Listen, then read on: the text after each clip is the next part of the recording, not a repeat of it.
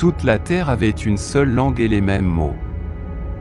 En migrant depuis l'Orient, les hommes arrivèrent dans une plaine au pays de Shinéar et s'y établirent. Ils se dirent l'un à l'autre, « Venez, fabriquons des briques et cuisons-les au feu. » La brique leur servit de pierre et le bitume de ciment. Puis ils dirent, « Venez, bâtissons-nous une ville et une tour dont le sommet touche le ciel, et faisons-nous un nom, pour ne pas être dispersés sur toute la surface de la terre. » Mais le Seigneur descendit pour voir la ville et la tour que les hommes construisaient. Le Seigneur dit, « Voici, ils forment un seul peuple et ils ont tous une même langue, et c'est là le commencement de leurs œuvres. Maintenant, rien de ce qu'ils projettent de faire ne leur sera impossible. Descendons donc, et confondons leurs langues, afin qu'ils ne se comprennent plus les uns les autres. » Ainsi, le Seigneur les dispersa loin de là, sur toute la surface de la terre, et ils cessèrent de bâtir la ville. C'est pourquoi on l'appela Babel, car c'est là que le Seigneur confondit la langue de toute la terre, et c'est de là que le Seigneur les dispersa sur toute la surface de la terre. Voici la descendance de Sem. Sem avait 100 ans lorsqu'il engendra Arpachshad, 2 ans après le déluge. Sem vécut encore 500 ans après avoir engendré Arpachshad, et il engendra des fils et des filles. Arpachshad avait 35 ans lorsqu'il engendra Shéla. Arpachshad vécut encore 430 ans après avoir engendré Shéla, et il engendra des fils et des filles.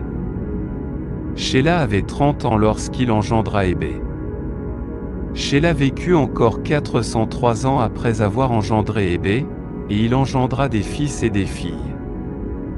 Hébé avait 34 ans lorsqu'il engendra Péleg. Hébé vécut encore 430 ans après avoir engendré Péleg, et il engendra des fils et des filles. Péleg avait 30 ans lorsqu'il engendra Réou. Péleg vécut encore 209 ans après avoir engendré Réou, et il engendra des fils et des filles. Réou avait 32 ans lorsqu'il engendra Serug.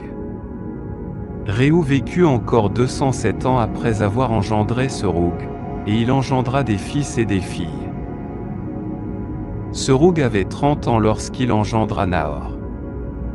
Serug vécut encore 200 ans après avoir engendré Nahor, et il engendra des fils et des filles.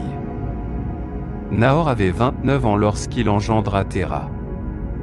Nahor vécut encore 119 ans après avoir engendré Téra, et il engendra des fils et des filles. Téra avait 70 ans lorsqu'il engendra Abraham, Nahor et Haran. Voici la postérité de Téra. Téra engendra Abraham, Nahor et Haran. Haran engendra Lot. Haran mourut en présence de son père Téra, dans sa terre natale, à Ur des Chaldéens. Abraham et Nahor prirent des femmes.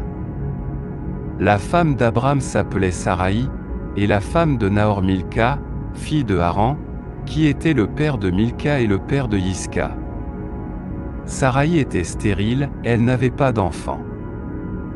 Téra prit Abraham, son fils, et Lot, fils de Haran, son petit-fils, ainsi que Saraï, sa belle-fille, femme d'Abraham, son fils. Ils partirent ensemble d'Ur des Chaldéens pour se rendre au pays de Canaan. Arrivés à Haran, ils s'y établirent. La durée de la vie de Téra fut de 205 ans. Téra mourut à Haran.